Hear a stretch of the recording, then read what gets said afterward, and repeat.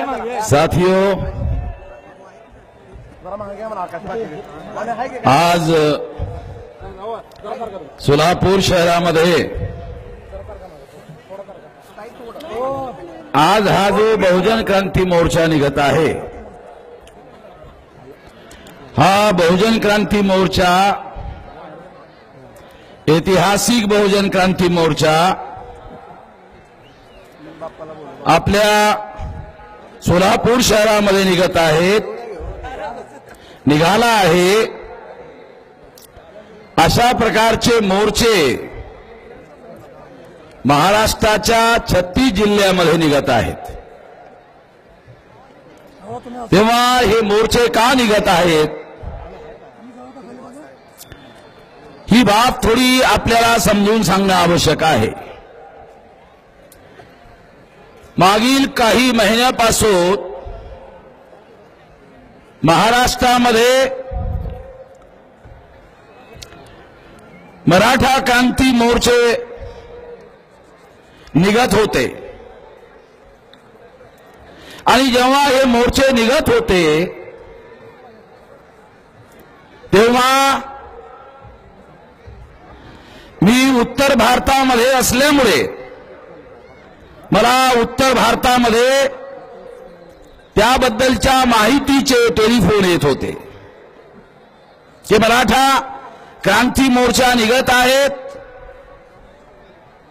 असे जेव्हा टेलिफोन मला येत होते तेव्हा मी त्यांना म्हटलं, निघू द्या,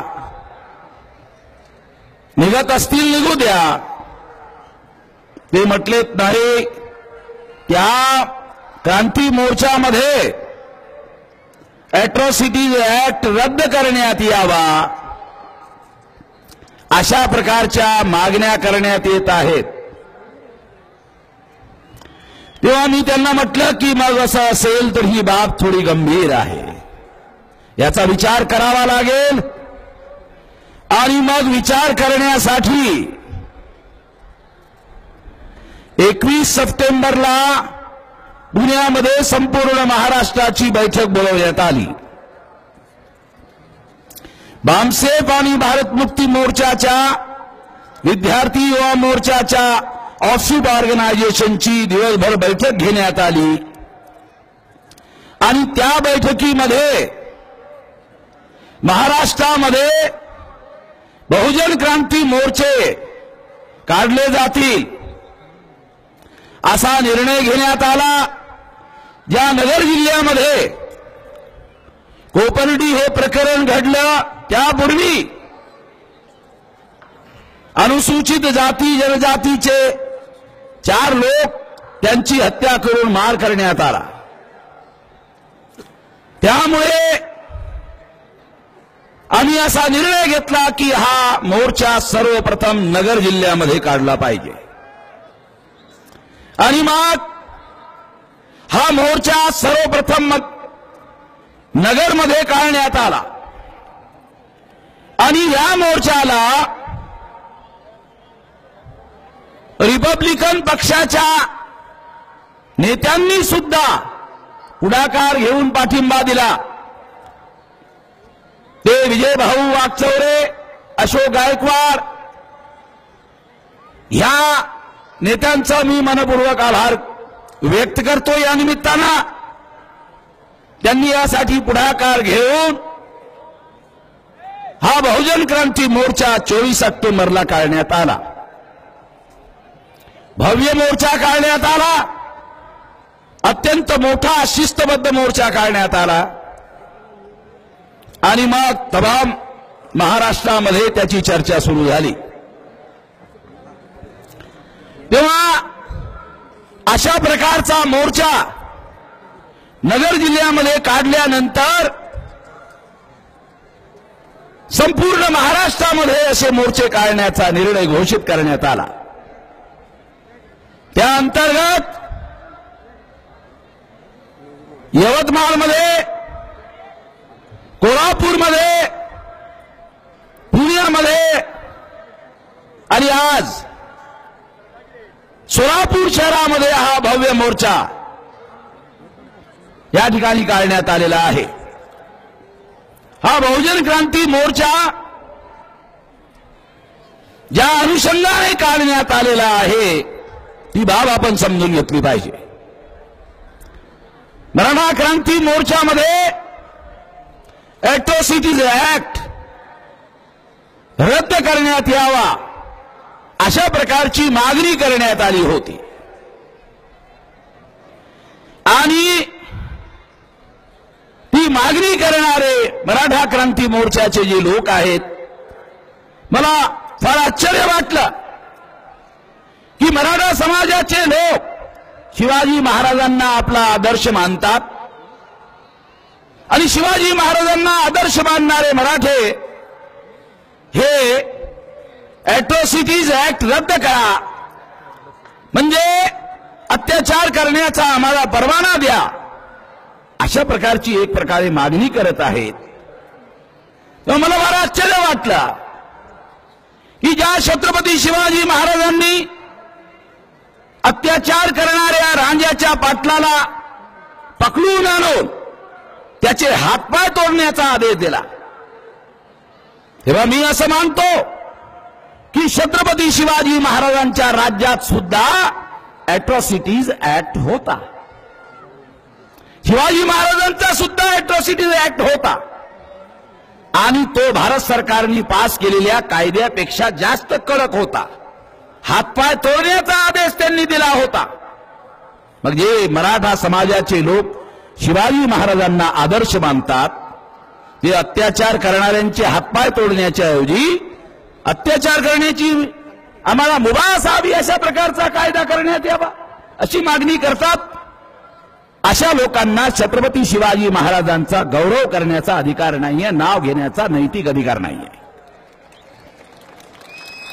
आणि या अत्याचार कायद्याच्या संबंधामध्ये महाराष्ट्राच्या मुख्यमंत्र्यांनी भारतीय संसदेने पास केलेला कायदा त्याच्या विरोधामध्ये मराठा क्रांती मोर्चांना महाराष्ट्रभर मोर्चे काढू देण्यासाठी अनुमती दिली। जर त्यांनी आरक्षणासाठी मोर्चे काढण्यासाठी अनुमती दिली असती आमचं काही ऑब्जेक्शन नाही, पण ॲट्रॉसिटीज ऍक्टच्या विरोधामध्ये फडणवीस यांनी मोर्चे काढू देण्यासाठी अनुमती देणे हे भारतीय संविधानाचा शपथ घेऊन जो व्यक्ती मुख्यमंत्री झाला तो व्यक्ती, तो फडणवीस भारतीय संविधानाचा अपमान करतो। त्यांनी हे अनुमती द्यायला नको होती पण त्यांनी ती अनुमती दिली। मी यावर विचार केला की या मराठ्यांना ॲट्रॉसिटी ऍक्टच्या विरोधामध्ये रद्द करण्याची मागणी करणारी क्रांती मोर्चा काढण्यासाठी अनुमती फडणवीसनी का दिली, यावर जेव्हा मी विचार केला तेव्हा माझ्या असं लक्षात आलं की जेव्हा मंडल आयोग आला होता त्यावेळेस संघ परिवाराच्या लोकांनी अण्णासाहेब पाटलांना, मराठा महासंघाच्या अण्णासाहेब पाटलांना 52% ओबीसीच्या विरोधामध्ये मंडल आयोग एक विषाचा प्याला असं अभियान संघ परिवाराच्या माध्यमातून चालवण्यात आलं होतं आणि ते अभियान चालवल्यामुळे, ते आंदोलन चालवल्यामुळे तेव्हापासून ओबीसीचा 52% वर्ग हा मराठ्यांच्या विरोधामध्ये आहे आणि तो आजही विरोधात आहे।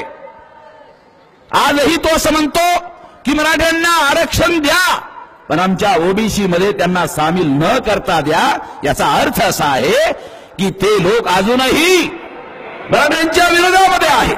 तेव्हा 52% ओबीसी महाराष्ट्रामध्ये मराठ्यांच्या विरोधामध्ये असताना एससी एसटी आणि एनटी व्हीजेएनटींना विरोध करून पुन्हा अंगावर घ्यायची काय आवश्यकता होती। मराठ्यांनी एससी एसटी एनटी व्हीजेएनटीच्या विरोधामध्ये ॲट्रॉसिटीज कायदा रद्द करावा अशी मागणी करून 52% ओबीसी विरोधात असताना पुन्हा एससी एसटी एनटी व्हीजेएनटीच्या लोकांना आपल्या अंगावर घ्यायची काय आवश्यकता होती? याच्यामध्ये कुठलं शहाणपणा आहे? याच्यामध्ये कुठलं समजदारी आहे? याच्यामध्ये कुठल्याही प्रकारची समजदारी नाहीये. एवढा 52% आणि SC ST NT एवढा वर्ग जर महाराष्ट्रामध्ये विरोधामध्ये जर गेला तर तुमचे आमदार, खासदार, मंत्री, मुख्यमंत्री कसे बनणार? तेव्हा माझ्या लक्षात आलं की फडणवीस यांनी मराठ्यांना SC ST NT DNT VJNTच्या विरोधामध्ये मोर्चा काढू देण्याच्या पाठीमाग ब्राह्मणी राजकारण आहे. 52% विरोधामध्ये मराठे अगोदरच आहेत आणि OBC मराठ्यांच्या विरोधात आहेत. जर SC ST NT हेही जर विरोधात गेले तर मराठ्यांची कायमची सत्ता महाराष्ट्रात चालली जाईल आणि मग BJP शिवसेनेची कायम सत्ता महाराष्ट्रामध्ये आणता येईल. अशा प्रकारचा डावपेच हा अॅट्रॉसिटीज ऍक्टच्या विरोधामध्ये अनुमती देण्याच्या पाठीमागे आहे.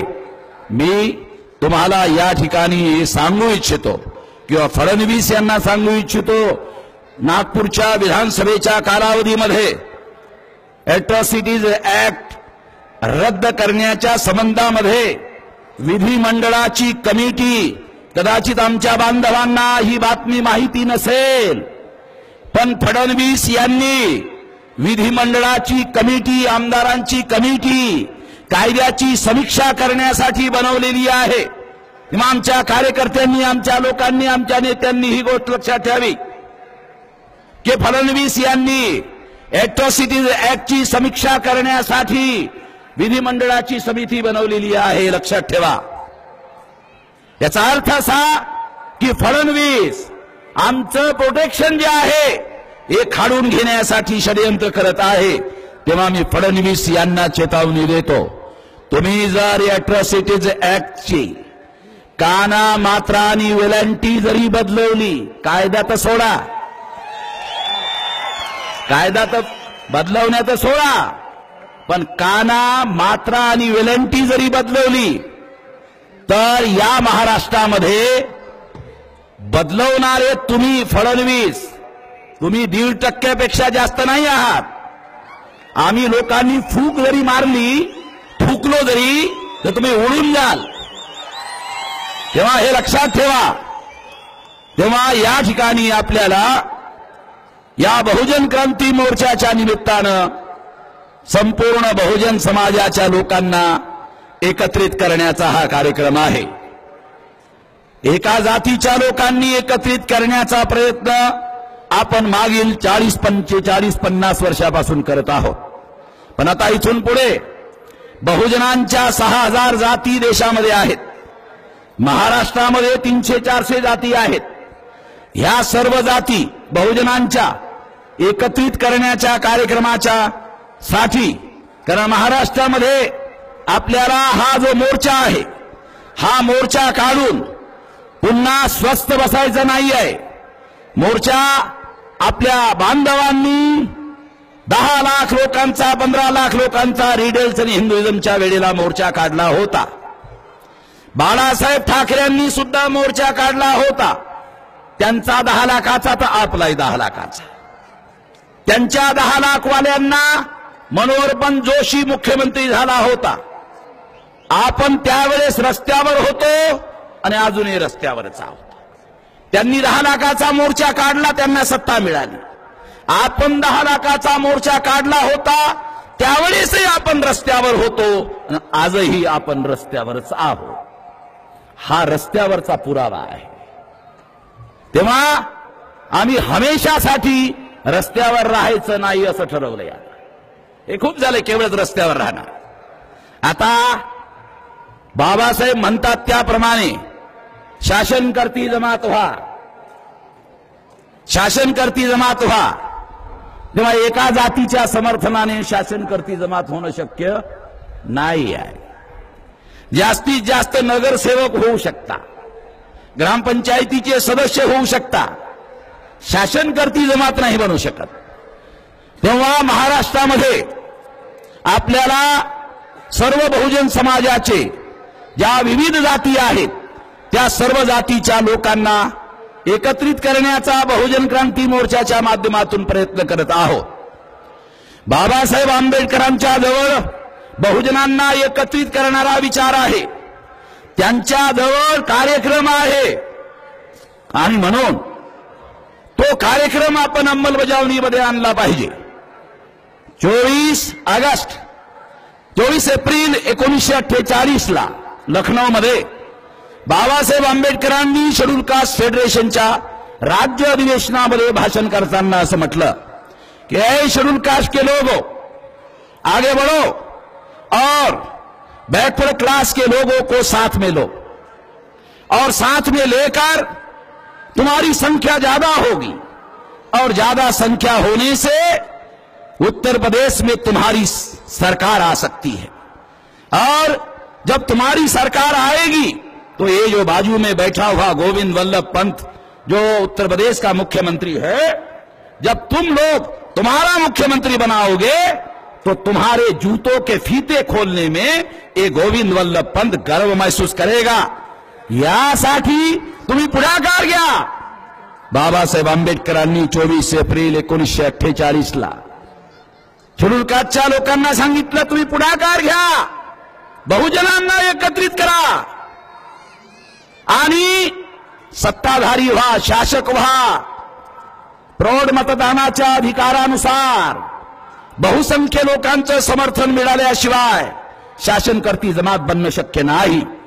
आणि मग त्यावेळेस बाबासाहेब आंबेडकर आपल्या लोकांना असं म्हणाले होते की या लोकांना बहुजनांना सोबत घेण्यासाठी तुम्हाला इंटर डायनिंग आणि इंटर मॅरी म्हणजे आंतरजातीय भोज आणि आंतरजातीय विवाह अशा प्रकारच्या अटी इतरांना टाकू नका आणि सामाजिक राजकीय आर्थिक प्रश्नाच्या समाधानासाठी आपण सर्व लोकांनी पुढाकार घेऊन सर्व बहुजनांना एकत्रित केलं पाहिजे।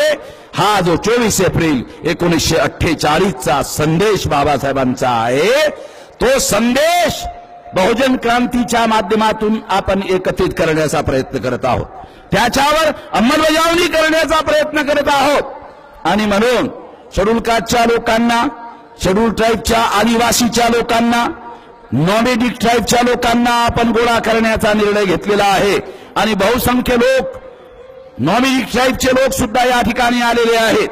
लक्ष्मणराव मानेंनी घोषित केलं की महाराष्ट्रभर बहुजन क्रांती मोर्चामध्ये मी सहभागी होणार आहे।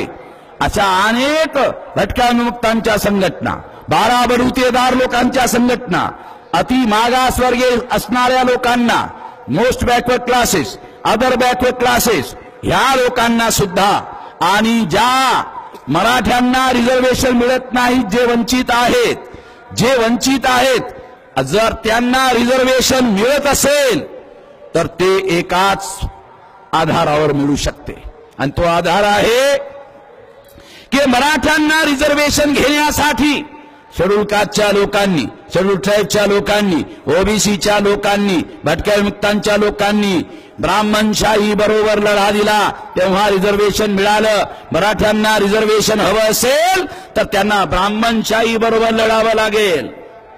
ब्राह्मणशाही बरोबर न लढता समझौता करून रिझर्वेशन मराठ्यांना मिळणार नाही।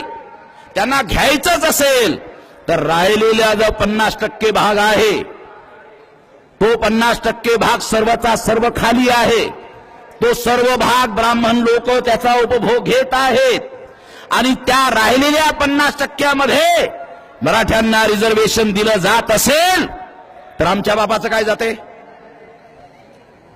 राहिलेल्या 50% मध्ये ज्याचा उपभोग ब्राह्मण लोक घेत आहेत त्यामध्ये मराठ्यांना रिझर्वेशन मिळत असेल तर आमच्या बापाचं काय जाते? जरूर घ्या, आमचाही तुम्हाला पाठिंबा आहे, पण त्यासाठी ब्राह्मणशाही बरोबर लढा लढावा लागेल। तो लढा लढल्याशिवाय मिळणार नाही। तेव्हा आपल्याला या सर्व लोकांना एकत्रित करावं लागेल। मायनॉरिटीमध्ये या देशामध्ये सर्वात मोठी मायनॉरिटी ही मुसलमानांची आहे आणि मुसलमानांवर या देशामध्ये फार मोठा अन्याय चालू आहे। माग भोपाळमध्ये सोलापूरच्या 2 मुलांना कोर्ट त्यांना येणाऱ्या तारखेला सोडणार होतं, त्याच्या अगोदरच त्यांना जेलच्या बाहेर काढून एन्काउंटर मध्ये त्यांना मारण्यात आलं. त्यामध्ये सोलापूरचे सुद्धा 2 मुस्लिम तरुण होते. तेव्हा इनोसेंट असणाऱ्या त्या मुस्लिम लोकांच्या बरोबर मोठ्या प्रमाणामध्ये अन्याय होतो. तेव्हा याचा प्रतिकार करण्यासाठी सुद्धा आपण मुसलमानांची साथ घेऊ, मुसलमानांना साथ देऊ. कॉमन सिव्हिल कोडचा मुद्दा आहे. हा मुद्दा केवळ मुसलमानांच्या विरोधामध्ये नाही. कॉमन सिव्हिल कोड म्हणजे भारतातील सर्व नागरिकांवर लागू होणार आहे. तो केवळ मुसलमानांवर लागू होणार नाही. तेव्हा आदिवासींचा कस्टमरी लॉ समाप्त होईल, भटक्या विमुक्तांचा कस्टमरी लॉ समाप्त होईल. आणि जबरदस्तीनं ब्राह्मणांनी जर जबरदस्तीनं मुसलमानांवर कॉमन सिव्हिल कोड थोपवण्याचा प्रयत्न केला तर भारताची एकता आणि अखंडता पुन्हा धोक्यात येईल. अगोदरच 14 ऑगस्ट 1947ला भारताचं विभाजन झालं. हे तुमच्यामुळे झालेलं आहे. भारताच्या सत्तेवर ब्राह्मणांची सत्ता प्रस्थापित करण्यासाठी तुम्ही भारताचं विभाजन केलं. पुन्हा तुम्ही भारताचं विभाजन करण्याचं काम आणि षडयंत्र करण्याच्या दिशेने आगेकूच करत आहात. तेव्हा इथून पुढे हा देश आमचा आहे, ही मातृभूमी आमची आहे. इथून पुढे जबरदस्ती करून भारताचं विभाजन करण्याचं षडयंत्र जर तुम्ही करत असाल, सर्व शक्तीनिशी याचा विरोध करू. हा बहुजन क्रांती मोर्चा केवळ महाराष्ट्रात निघणार नाही आहे, 539 जिल्ह्यामध्ये निघणार आहे. मी 539 जिल्ह्यामध्ये फिरतो. तेव्हा हा केवळ महाराष्ट्रातल्या 36 जिल्ह्यामध्ये निघणार नाही, 539 जिल्ह्यामध्ये निघणार. तेव्हा महाराष्ट्रातील तमाम बहुजनांच्या नेत्यांना माझी अशी विनंती आहे की भामसेत भारत मुक्ती मोर्चाची संघटित शक्ती आम्ही तुमच्या पाठीमागे उभी करायला तयार आहोत. तुम्ही नेत्यांच्या पाठीमागे ही शक्ती उभी करायला तयार आहोत. तुम्ही समाजकारणासाठी राजकारण करा. आतापर्यंत तुम्ही राजकारणासाठी राजकारण करत होता, पण इथून पुढे तुम्ही समाजकारणासाठी राजकारण करा. वामन मेश्रामला आमदार बनायचं नाही, वामन मेश्रामला खासदार बनायचं नाही, मंत्री बनायचं नाही, मुख्यमंत्री बनायचं नाही. वामन मेश्राम या समाजाला राज्यकर्ता बनताना बघू इच्छितो. बाबासाहेब आंबेडकरांची जी इच्छा आहे की शासनकर्ती जमात बनला पाहिजे, त्यासाठी आम्ही भामसेत भारत मुक्ती मोर्चाची सर्व शक्ती महाराष्ट्रातील तमाम बहुजन समाजाच्या नेत्याच्या पाठीमागे उभी करायला तयार आहोत. पण राजकारणासाठी राजकारण नाही, समाजकारणासाठी राजकारण करा. जर समाजकारणासाठी तुम्ही राजकारण केलं, तुमचंही भलं होईल आणि समाजाचंही भलं होईल. आतापर्यंत तुमचं भलं होत राहिलंय, समाजाचं भलं झालं नाही. तेव्हा नेत्यांनी समाजकारणासाठी राजकारण करायचं आहे. त्यासाठी आम्ही आमची सर्व शक्ती तुमच्या पाठीमागे उभं करायला तयार आहोत. त्याच्या बदल्यामध्ये आम्हाला काही नको. आखरी बाब सांगून समाप्त करतो. संपूर्ण देशामध्ये शेड्यूल कास्टचे लोक, एका जातीचे लोक संघटना बांधून लढा लढत आहेत. त्या सर्वांची देशामध्ये पिटाई होते. आदिवासी लोकांच्या जमिनी त्यांना नक्सलाईट घोषित करून त्यांच्या गोळ्या घालून त्यांना मारलं जाते आणि त्यांची जमीन कब्जामध्ये घेतली जाते. 11,000 लाख करोड रुपयाची संपत्ती आदिवासींच्या जमिनीखाली लपलेली आहे. ती जमीन मूल्यवान आहे, ती जबरदस्तीनं आदिवासींची ताब्यामध्ये घेतली जात आहे, नक्षलवादी समजून गोळ्या घालून. तेव्हा त्यांची हे पिटाई होत आहे. त्यानंतर भटक्या विमुक्तांची ही देशामध्ये पिटाई होत आहे. 12 अलुतेदार लोकांची ही पिटाई होत आहे एकट्यामध्ये लढण्यामुळे. ओबीसींच्या एकट्या जातीच्या लोकांची पिटाई होत आहे. आणि मुसलमानांचे ते लोक वेगळे लढतात, त्यांची ही पिटाई होत आहे. आपल्या सर्वांची अलग अलग लढाई लढल्यामुळे पिटाई होत आहे. जे लोक आपण अलग अलग लढतो म्हणून आपली पिटाई करतात. आता सर्व बहुजनांनी एकत्रित व्हायचं आहे. आणि सर्व बहुजनांनी एकत्रित होऊन जर आपण एकत्रित झालो, जे लोक कालपर्यंत आपली पिटाई करत होते, जर आपण एकत्र झालो तर एकत्र झाल्यानंतर आपण त्या सर्वांची पिटाई करू शकतो, आपण सुद्धा त्यांची पिटाई करू शकतो. परंतु आपल्याला त्यांची पिटाई करण्यासाठी एकत्र यायचं नाही, तर बाबासाहेब आंबेडकरांचा जो संविधान आहे, समता, स्वतंत्रता, बंधुता आणि न्यायावर आधारित समाज आणि राष्ट्र निर्माण करण्यासाठी आपल्याला एकत्र यायचं आहे. आणि हे राष्ट्र निर्माण, समता, स्वतंत्रता, बंधुता आणि न्यायावर आधारित समाज आणि राष्ट्र निर्माण करण्यासाठी जर आपण आपली शक्ती लावली तरच संविधानाचा सन्मान होणार आहे. शब्दानं सन्मान करून होणार नाही, तर आपण सर्व बहुजनांनी एकत्रित करणं, एकत्रित केलेल्या शक्तीचा उपयोग समता, स्वतंत्रता, बंधुता और न्याय यावर आधारित समाज आणि राष्ट्र निर्माण करण्यासाठी आपल्या शक्तीचा उपयोग करणं, विवेकपूर्ण उपयोग करणं, असं जर केलं तरच संविधानाचा सन्मान होईल. मूक राहून सन्मान होत नाही, मूक राहून संविधानाचा सन्मान होत नाही.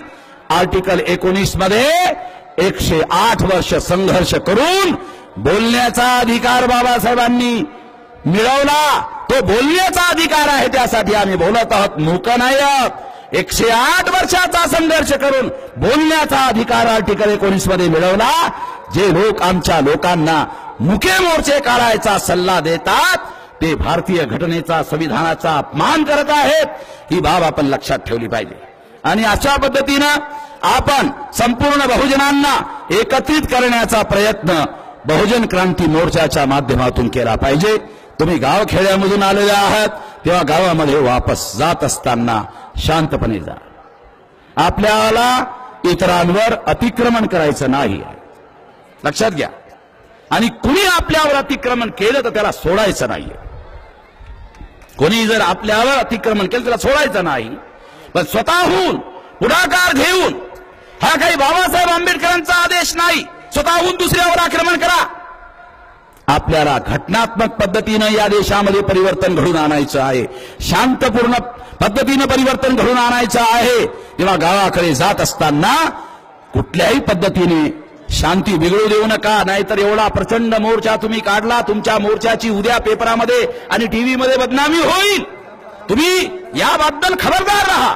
काही षडयंत्रकारी लोक अशा पद्धतीचा गालबोट लावण्यासाठी प्रयत्न करतील, कारण यापूर्वीच्या मोर्चामध्ये गालबोट लावण्याचा काही लोकांनी प्रयत्न केला. माझ्याजवळ पुरावे आहेत.